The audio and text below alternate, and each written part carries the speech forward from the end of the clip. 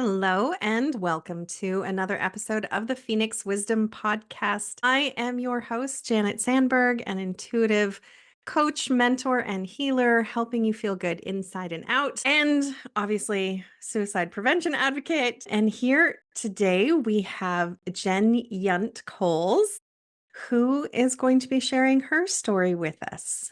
Welcome, Jen. Hey, thanks, Janet, for having me. I was just saying earlier, this isn't a topic that I usually discuss on podcasts or even with my clients. So I'm excited to kind of dive into this. Yes, I'm grateful that you're here and willing to share the story that you don't talk about all the time. And of course, that is the point of the podcast, is to talk about the thing that nobody talks about.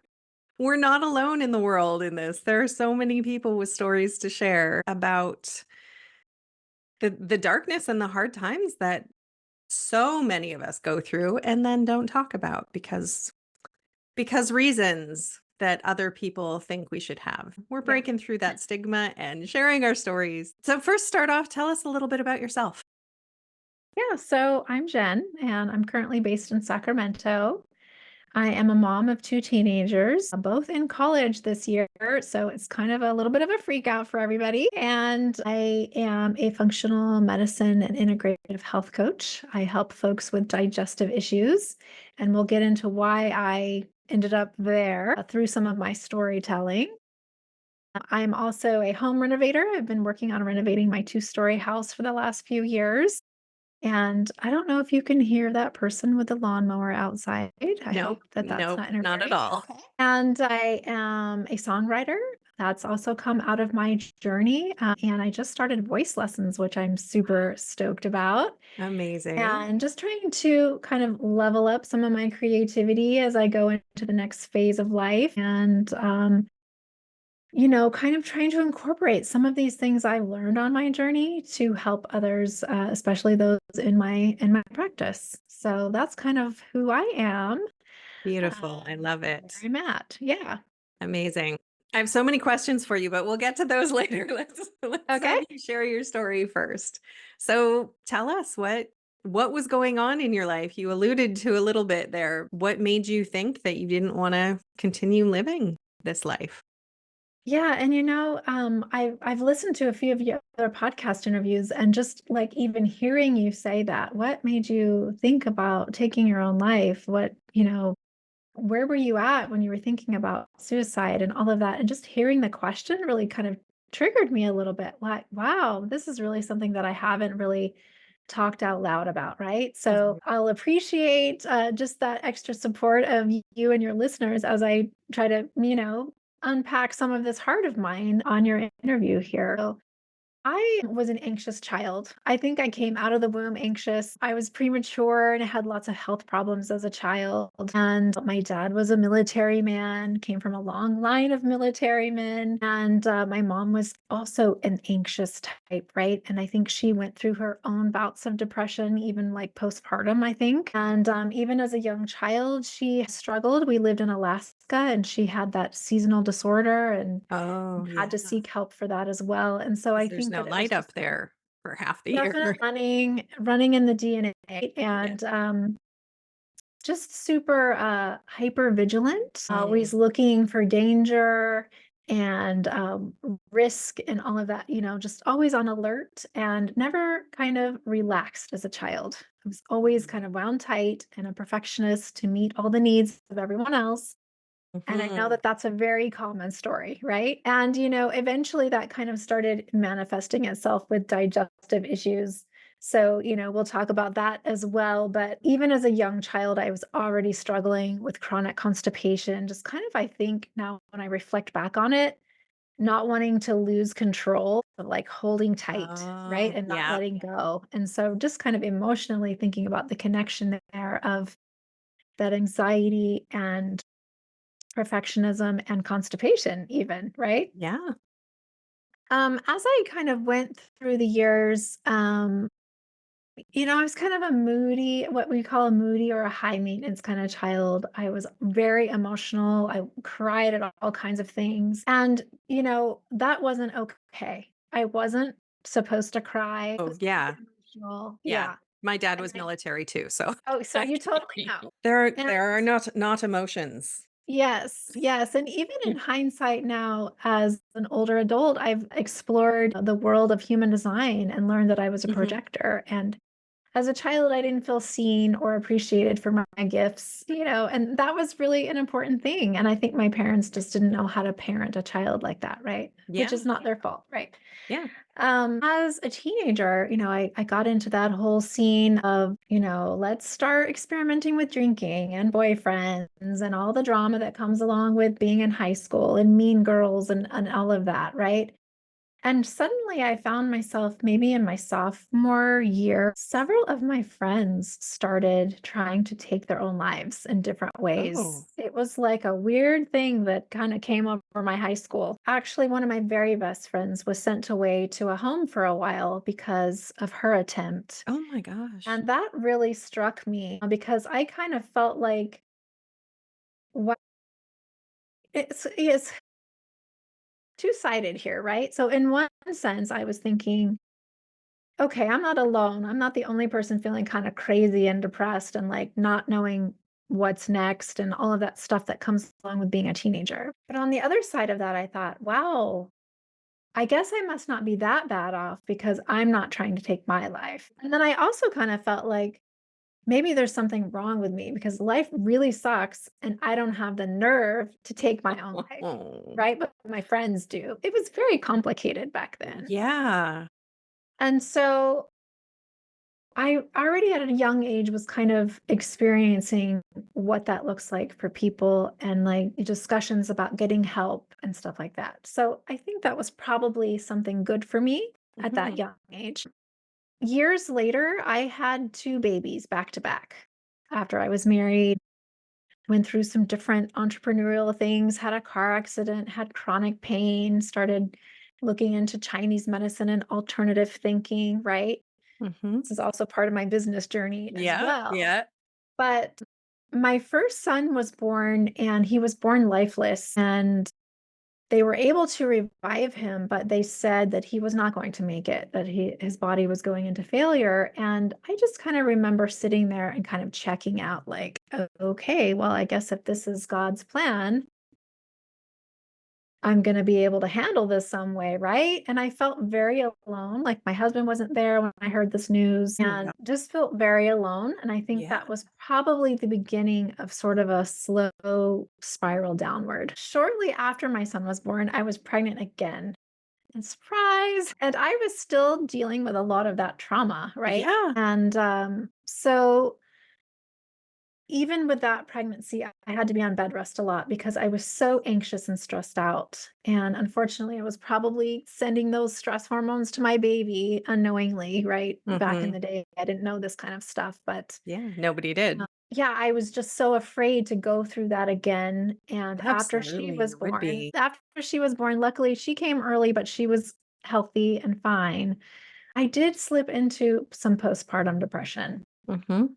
And I had to go seek some help for that because I had a very short fuse. I didn't want to take care of anybody. I had these two babies. I remember vividly one day driving on a highway in the Bay Area and just thinking about like veering my car over into the oncoming traffic. I think Yeah. that's maybe something common. I've heard other people say that as well. Yeah, we've had yeah, a few of our guests Yeah. have had Uh, those thoughts as well. Yeah, and driving my car off of a cliff, I Mhm. was there doing that one too, and actually in that experience, something really interesting happened, and the song by Coldplay came on the radio. It's that one that's called "Fix You," Mhm. and that just hit me, and I remember just starting to bawl, the tears Oh. coming down, and like, am I gonna go over the edge right now, or what am I gonna do? Like, what is the choice here? Yeah. And that was a really major experience that kind of, I don't know if I want to say bought me some time, but kind of shifted my thinking for a little while. Like, okay, Jen, you know what? You have two babies at home. They're counting on you. Right. And this is not the route that you want to take. Let's see if you can get some help. So that kind of led me down to several years of therapy, Mhm. right? I had also had therapy when I was in college. for some other things that had happened. I think that was kind of a turning point for me until several years later, I had been dealing with chronic digestive issues, and my body was just really stressed out. I was running a business. At that time, I had a bakery. And Oh, so I was kind of sleep deprived and trying to be an active mom or an attentive mom to active teenagers, traveling for sports and going here and there. And it was just a lot. And, struggling with my marriage as well. mhm. Just being honest about that as if feeling kind of lonely, right? And Yeah, not being seen or heard yeah, when I expressed these deeper feelings, right? right. And eventually that led me to having a broken heart syndrome. My body was just done. I don't know if you Having know what sorry, that which is. syndrome? Broken heart syndrome. Okay, I've not heard of this. Yeah. So it's an heart event. It's like a heart attack, right? Your muscle is contracting. I had all the symptoms: chest, back pain, went down my arm, went up my jaw, Huh, all the things. And I had lots of testing afterwards, and they said, "Oh, yeah, you just need to go on a vacation, Jen. You're stressed out." Broken heart syndrome often happens when people have been under a lot of stress or they've had a sudden trauma or like the loss of a loved one. It's okay. very common. But I was quite young, so I was pretty shocked. Yeah, And I thought to myself, wow, okay, now it really is time to change my life. I've got to change my lifestyle habits. I've got to figure out this digestive issue. I want to still be here with my kids, but I'm just feel trapped in this broken body. right. So Yeah, many things were going wrong at that point. And I do remember just kind of laying in my bed staring at the ceiling like, well, I did get that bottle of painkillers from my doctor. mm, And just kind of like entertaining those sorts of thoughts again and realizing, you know, here we go again is kind of how it felt like, right? yeah, yeah, And yeah, just feeling trapped in a sick body. And I felt like my spirit was still alive, but it was really suffering at that time. I just had a real lack of connection, or I felt like I was living a double life. I was in oh, school yeah, for health coaching at that point, and I had just started my health coaching business in the very beginning stages, just barely learning about that kind of stuff and had like a handful of clients, and then trying to go on social media to promote my business and really felt like I was two-faced. yeah. Here you are, I Yeah. can help you with your health, just don't ask me about mine. Exactly, and really not walking my talk, being able to be on for whoever I was talking to be able to help them, but really, just getting off the call and being depressed and frustrated that I couldn't help myself Yeah. and overwhelmed and felt really stuck. Shortly after that period, my brother took his own life, Oh my gosh. and it was very sudden. We did not see it coming. Oh, I'm so Yeah. sorry. Yeah, and so that threw us all into a whirlwind of, he had kids and they needed to be cared for. And I felt far away and, all the feelings. You go through the shock and then you're pissed off and then you're Mhm. angry and then you're asking all the questions, why, or what could I have done differently? So then the whole suicide thing turned for me because then I saw it from a different perspective. Right. And seeing what his girls were going through and his girlfriend and my parents who were taking custody of his children and how it excuse me, how it affected me personally. And I think again that was a huge pivot point for me of okay, I know I still have a seed of hope in here somewhere, so I've got to start watering that thing because I don't Yes. want to end up like this and I don't want my children to end up like this. I know that kind of sounds like a bad way to put it, but I was like it was right there in front of my face, Yeah. right? And, it's been several years now, but I still think about things like calling him or texting him, right? Or sometimes I'll catch myself getting really upset that he did that, Of right? course. Yeah. So I don't know if my story, kind of is in alignment with some of the other stories that have been shared. I've had some very dark moments, but somehow something always happened that I got pulled back out of it. Yeah. And I'm so grateful for that because there have been a number of times where I was so close. Yeah. And we never know, there's that meme that says, be kind because you don't know what other people are going through. And sometimes it literally is just those tiny moments of somebody smiling at you on the street or, you know, doing something kind for you, whether it's opening the door or, whatever it is. And sometimes it's something totally random, like a song that comes on the radio and it just makes you sort of pause and be like, wait a second, what am Yeah, I?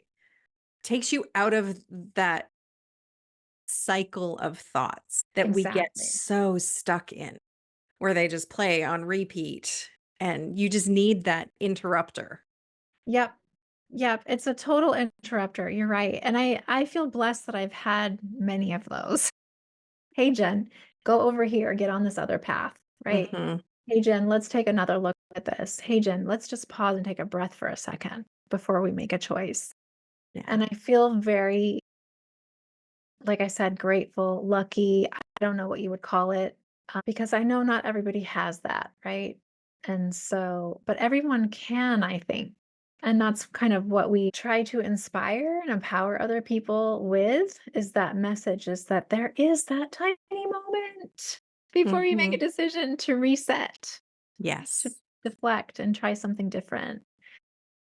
Yeah, And it's just interesting. making that decision that, like you Yeah. said, I have this tiny seed of hope and I need to nourish it. Hmm. And that's what it is. A lot of it is just us forcing ourselves once we've had that pause. It's like, okay, we need to do the work of Hmm. nourishing that little glimmer of hope that's in there Yeah, and doing the things. And it's not easy and it takes a long time sometimes, but we're here to say that it works. it's And possible. Yeah. Yeah. we've had So I lots of didn't people telling their stories as well. Yeah. There was something that I didn't share that I'm debating on whether I should share it. But when my children were younger, one of them really struggled. And I remember taking him to the psychiatrist, right? Mhm. After an episode that he had at school. And the psychiatrist has said, he's sitting there in a ball crying on the couch. I cannot work with this child until he's medicated. And I Oh, had already had that kind of alternative thinking in my mind, right? Like that yeah. seed had been planted years before I had children. So I thought to myself, you know what? I don't like that. So Yeah. I'm going to start investigating this. And that's kind of how my brain works. I'm a total researcher and I love to geek out on all kinds Same. of stuff. Yep. I'll go down all the rabbit holes, right? Yeah. And so I started figuring out, wow, this is kind of like a pattern in my family. I'm going to do some genetic testing, right? And Interesting. so I dove into that whole scene of looking into genetics and getting us all tested, knowing about my mom and my brother and myself and seeing this now in my child. And I just what I figured out, what I found, what I discovered, whatever, it was so fascinating to me that you can turn genetic SNPs on and off with key nutrients. So Really? I started doing this with myself and with my child. I have helped both my children actually with some anxiety and things like that. But it was because we have certain genetic SNPs, which is called a single nucleotide polymorphism. Yeah, it's a mouthful. Okay. It's just basically like it's not a malformation, it's just kind of an impairment in the pathway, right? So you can turn those things on and off like with a key, with a key nutrient. And incorporating some of that into our daily lives made all the difference. Like I said, both my kids are now active, lively, creative, go to college. And once upon a time that may not have been their journey because they weren't getting what they needed. They didn't Yeah. have a Zoloft deficiency, right? They may have had a B or a D deficiency or something like that. And I'm not knocking pharmaceuticals because they're life-saving, and I know you probably talk about that a lot on your show. Yeah. It's a Um, personal choice for everybody. it is a You personal know? choice, but for me, I chose not to go that route. to look at alternatives, right? And Yeah. that includes things that I have to do on a daily basis to keep myself in check. Making sure I'm getting enough sleep, getting some sunshine is huge for me. If I'm in my office all day with clients, I have to get outside and do some qigong and like move my energy. That's really helpful for me.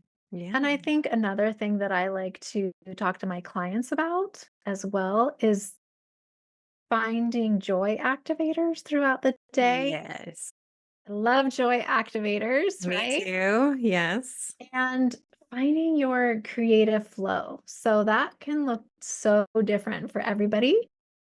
But like for me personally, and this is getting back to what I mentioned at the beginning, as a child, as a teenager, I journaled a lot. Mhm. I was a journaler. And so I actually incorporate that now into my practice where I'll give my clients journal prompts to dive a little deeper and peel away that onion. Lots of times, chronic illness is kind of rooted in something emotional, right? Yes. So there's a lot of gut brain connection there going on. But my journaling started turning into like poetry. So then I was like, "Huh, I'm going to keep exploring this." So I dove into and was writing more and more poetry. And, when I was in my late teens, early 20s, I was in a band and I played guitar and we made Cool. all kinds of noise back in the 90s and it was great. And I recently had gotten back into playing guitar. So, I thought, "Hey, I'm gonna turn my poems into songs." Oh, wow, what a great idea. Yeah. I mean, that's Yeah, kinda what songs are. exactly. So they don't always meet, the criteria of a formula of a song or anything Right. like that, right? But it's a way for me to express myself. And especially it's helpful when I do have those moments where I feel like I'm underappreciated as a busy mom, or, I had a tough client call that day, or I had an argument with my husband, or whatever it was, right? Or if it's just, I'm just feeling blue for whatever reason because my chemistry is a little bit off, right? Yeah. And just really kind of using that as a form of expressing heart through the throat chakra and like getting it out. I think that's what's key is get it out, Yeah. whatever that looks like. Maybe it's Yep. painting, maybe it's needlework, maybe it's yard work, maybe it's just talking to your friend over tea, Yeah. right? But it's like it has to come out. And I think Yes. that's Yeah. when we don't do that, that's how we get stuck. Exactly. And, Yeah. yeah, getting when it's stuck, then we start spiraling and yeah. Yes, the In is downward down, spiral. out is up. That's kinda how I think about Yeah, it. exactly, exactly. In the functional medicine world, we have the saying where, well, I guess it's not really a saying, it's proven by different studies, but isolation, feeling alone, all in itself can cause disease. And so I think that that's an important message perhaps for your audience as well, is just kind of when you are feeling alone or unseen or unheard or underappreciated or just kind of stuck and like don't know what to do next, having that willpower to just keep going and ask for help or to like, "Hey, can we have a chat?" And then finding people and surrounding yourself with people who are positive, who are noticing when you're quiet, Yeah. who will check in on you even when you don't expect it. Mhm. Build Those are the things that community. help us keep us afloat. Yeah. Yes. Yeah. I was gonna ask you, you mentioned that both of your kids are now in college. So obviously that diagnosis was a little wrong. Yeah, a little wrong. A little wrong. Yeah. Yeah, which is amazing. Yes, yes, That's miracles abound. We just have to open our eyes and see them, right? yes. Yeah. Yeah. Life is crazy. I've had many things happen to me recently in the past decade where I keep thinking, "Oh my gosh, I just keep literally hitting a wall. What is this message from the universe trying to tell me?" Right? I've been in several car accidents. None of them are my fault, by the way. People just keep trying to hit me with their car. So when you gotta, And like, just look up and be like, I'm yeah, done now. I'm done No now. I more." think I'm in my ninth life. I'm not sure. But in 2022, I fell from quite a height and split my skull Oh open my and gosh. been dealing with traumatic brain injury. I just recently got a scary diagnosis for on a breast scan. Now, there's always something going on in life, but it's really just, I just on a daily basis try, hey, Jen, you're not going to go back down that spiral. Mm, You have people that care about you, that depend on you, things you want to accomplish in your life, things you want to do to help other people. And those things kind of keep me on track instead of going down that negative self talk of, oh yeah. my gosh, I'm still stuck in this body of mine, right? My spirit is strong, but I'm stuck in this body. I don't know why I shared all of that. It just kind of came out, but just thinking about how we keep going. Yeah, Yeah. having those goals and dreams, and they don't have to be, like, super huge, like, I need a house on a lake, and I need to make, like, $300,000 a year. Like, even just, I wanna learn to play the guitar. That's a goal and Yeah. a dream. I want to, whatever, run a 5K. It doesn't matter, they don't have to be, monumental life accomplishments, but having those little things to work towards, reasons to get up in the morning, things that make us happy. And I Yeah. love that you mentioned the creativity because so much of it today is, you have to make a side gig out of everything. Right. You Just do it because can you want to do it. Yeah. also just create for enjoyment and Exactly. for pleasure. And I remember I've probably said this before on this podcast at some point, but a coach I was working with at one point said, "Well, what brings you joy?" And I'm like, "I'm sorry, I don't understand the question. Like, what brings me joy? I have no idea what brings me joy. I haven't thought about joy in so long." And I was in such a low place at that moment. And she's like, "Okay, well, that's what we're working on now." She says, "You need to figure that out." Going back to childhood, what did you do for fun? Well, okay. Well, I used to do this, that, and the other thing. I love to color. So I got myself some coloring books and Yeah. would sit there and color and still haven't quite got back to journaling. Although I did publish a journal during the pandemic. Oh, So I awesome. kind of went the Yeah. other way on the creativity with the journaling. But yeah, it's just finding those little things, whether it's music or art or cooking or baking or whatever it is, just doing things just to enjoy doing them. Yeah. Yeah. I think we've definitely lost sight of that. And I would definitely say as well, people who are chronically ill often have lost what sparks joy for them. So it's a really Yes. important conversation. Yeah. Yeah. Yeah. I know in my practice, I'll use a thing called vivid vision. And we do that at the very beginning of our time together, where I have the client create, there's like a lot of, prompts and journaling to be done. But basically, you're kind of creating this vision for yourself so that there's some light at the end of the tunnel. Because oftentimes, with digestive health, especially, it could be like a wild roller coaster sometimes, a little ebb and flow on your journey. And, Mhm. and you don't want people to get too discouraged, right? And you want to have them hold the faith that they can heal Yes. themselves. And sometimes that vivid vision, can be very helpful for them to kind of stay the course. Yeah. Mhm. And not give up. Yeah.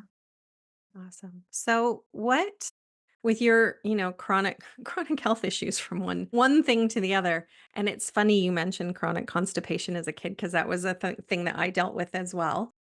Mm. And I realized as an adult it's because I did not drink water.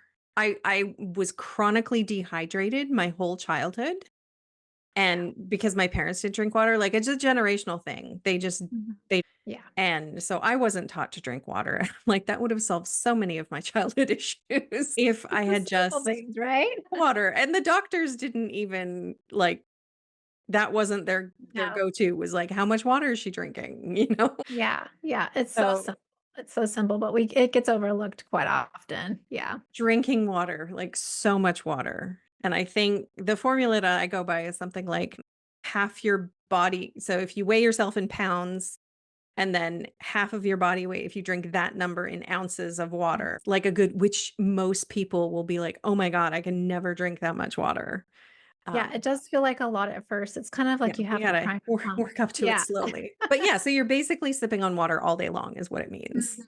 Yeah. and changes changed so much when I started just drinking water for my health in so many different ways. So that's my personal, non-professional health advice is to drink a lot of water all the Yeah. time. Also, it can even just help with mood balance in general, Mhm. to keep on topic with that part, right? Just thinking about how simple things can kind of keep your mood balanced. Eating, whole foods meals, skipping the Yes. processed foods, Oh, staying yes. hydrated, like you said, avoiding foods that you know you're intolerant of. It's amazing how many people I have come to my practice who will say, yeah, I just don't understand why I feel like crap all the time. Well, it's because you ate super nachos 3 days in a row. Let's try to like switch that up a little bit, right? Yeah. And Or I know I have a sensitivity to gluten, but it's not that bad. So I'll just, it's yeah, easier to yeah. just keep eating all the breads and grain, Yeah, and whatever. it's so important to really think about that there is a such thing as a gut-brain connection, and more Mm. science is coming out showing that it's actually the microbes in your gut informing your brain, right? Mhm. We used to think it was the brain more communicating with the gut. Yeah. And obviously it still does, right? You can kind of feed into that whole anxiety and kind of things like that. But more and more studies show that it's actually the gut informing the brain of its status or its environment. Is this safe or not? Right. Right. And if it doesn't feel safe, if the microbes are imbalanced, if you have an overgrowth of some sort, I don't think I mentioned this at the beginning, but I'm the SIBO coach. So I help people with SIBO. What, SIBO? SIBO is small intestinal bacterial overgrowth. So Oh, it's when you okay. have too much bacteria in the wrong place. Yep. Right. Okay. Yeah. And so there's that whole connection there. Your body is in constant fight or flight, Mhm. anxiety, depression, panic attacks, and definitely affects our psychological, cognitive, all the things, right? Yeah. Our ability to think straight and make good decisions for ourselves. It all is a forward feeding cycle there. Yeah.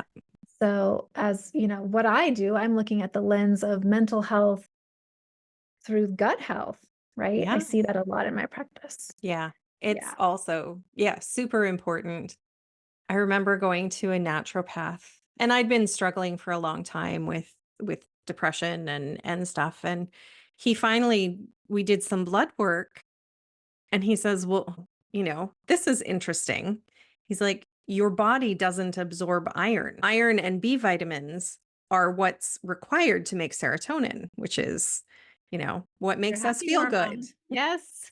So, he's like, it and I was like, "Oh, that's interesting," because my daughter had recently had blood work done and she was also low in iron. So I'm like, "I'm guessing there's a genetic thing happening here Yeah, that our yeah. bodies just they don't, for whatever reason, absorb it out of the food that we're eating." And Mhm. it's not that we don't eat foods with we eat With fairly her, yeah. well.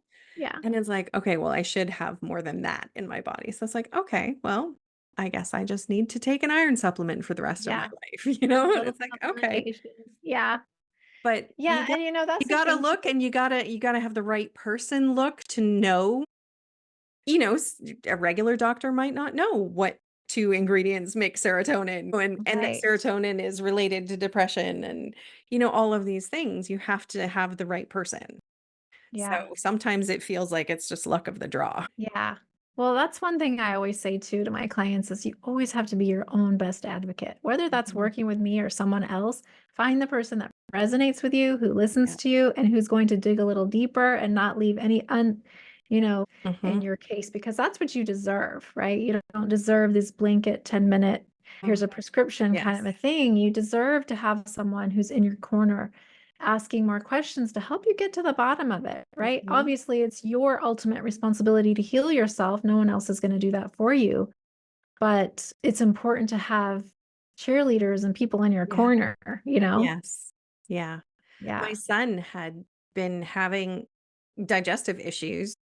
They started a year ago and, he went to doctor after doctor. He was in and out of the ER for the year and they would like do a test or whatever and they would just be like, "Oh, we think maybe it's this." And they do a test and they're like, "No, it's not that." And then that would be it, And they like drop it. Yeah. and then drop it. And he ended up moving to a different country over the summer, and he's been going to the doctor there. Totally different, I don't know, I mean, partly Yeah. medical system, but partly also just getting a doctor who wants to take the time to figure it out. So he's been back and forth and doing all the tests and doing all the things, and they found out there's actually 3 different things going on that are Right. all kinda related, but not related. But Mhm. it just took somebody to keep looking, and when it came back as, "Oh, it's not that." Well, what else could it be? Yeah, You keep know? asking. And he's learned as well to keep advocating for himself and be like, "Okay, well then, what next?" Yeah, that's So so good. It's so important to learn ugh, that, especially when you're young, because I think yeah, many of us from our generation, we kinda just learned from our parents to defer to whatever the doctor was saying instead of you can't do asking that questions anymore. and kind of thing. Yeah, I was also gonna say, I didn't share this earlier, but when I was in the midst of the worst part of my personal SIBO journey, I had severe diarrhea for 3 years, My and god. I was completely nutrient depleted, barely get out of bed, I was dizzy, it was hard to I couldn't drive, and finally I even had an alternative practitioner at that point, and she said, "You know what, Jen, I'm throwing up my hands at this point. I can give you a prescription for antidepressants, but I don't know how else to help you." Oh my gosh. And so that's actually what led me down to, "Oh my goodness, I have to figure this out now. Let me put my I research guess I'll hat." have to do it myself. And I put myself through functional medicine school and I took lots of microbiome courses and things like that. And even just doing that helped me have hope, right? And so the hope was the key to keep going. And now, of course, that's how I've become the SIBO coach. But just having something to kind of keep you going, even can be helpful when you're finding yourself deflated or defeated, and not knowing where to go next. Yeah. Yeah. Awesome. I have loved our conversation today. Yes. Thank Thank you you. so much for being here. Any last brilliant words of advice for Really? our our listeners who are struggling in the darkness? Yeah, I don't know how brilliant this is, but I think about this a lot. As someone who kind of grew up and was a people pleaser and a perfectionist and just like wanting to have control over everything and getting so caught up like I do in my research rabbit holes, even sometimes for my own clients, this is something that I tell my clients when they're feeling overwhelmed, if they get into analysis paralysis, if they don't know what choice to make, that kind of thing, feeling stuck, I will say to them, zoom out, right? Yes. Because we get so like tunnel vision. Well, in my practice, it's tunnel visioned on the small intestine or one strain of bacteria, right? It's so important to zoom out because you're like an entire person with all this other ecosystem going on, and you're surrounded by a different kind of ecosystem and environment and relationships and your job and all the things. But when if we're feeling depressed or have that suicidal tendency or we're thinking those thoughts, zooming out can be a really good reset. So maybe I don't know how brilliant that is, like I said, but that's kind of maybe my takeaway is I think that's what helped me. And that's how I try to help my own clients, Yeah, thinking about the bigger picture. absolutely. As my one of my besties like to say, reperspectivize. Re-perspectivize. Yes, I love that. That's awesome. I'm going to start using that now too. Yeah. Yeah, it's a great word. Yeah. So I think that's probably where I would leave it. Yeah. Awesome. Wonderful. Thank you so much for being here and sharing your story and your wisdom with us. I appreciate you. Yes. Thank you so much for having me. It's been a real joy. Thank you for listening. Remember that you are loved, you are worthy, you are valuable, you are meant for more, and that it really does get better. If you are in crisis, there are numbers that you can call or text to get the help that you need. That information for Canada and the US is in the description below each episode. If you are in immediate crisis, please call 911. We love you, and I hope you'll listen again.